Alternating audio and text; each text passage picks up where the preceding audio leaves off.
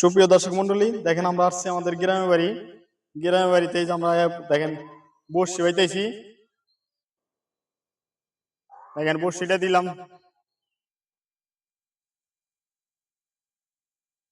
দেখেন মাছের টি বাইতেছে হয়তো দেখতে দেখতে মাছ তো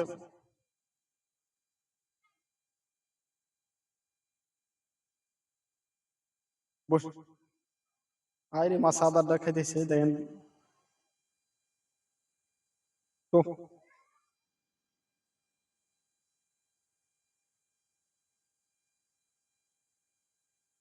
টোপ দিছে,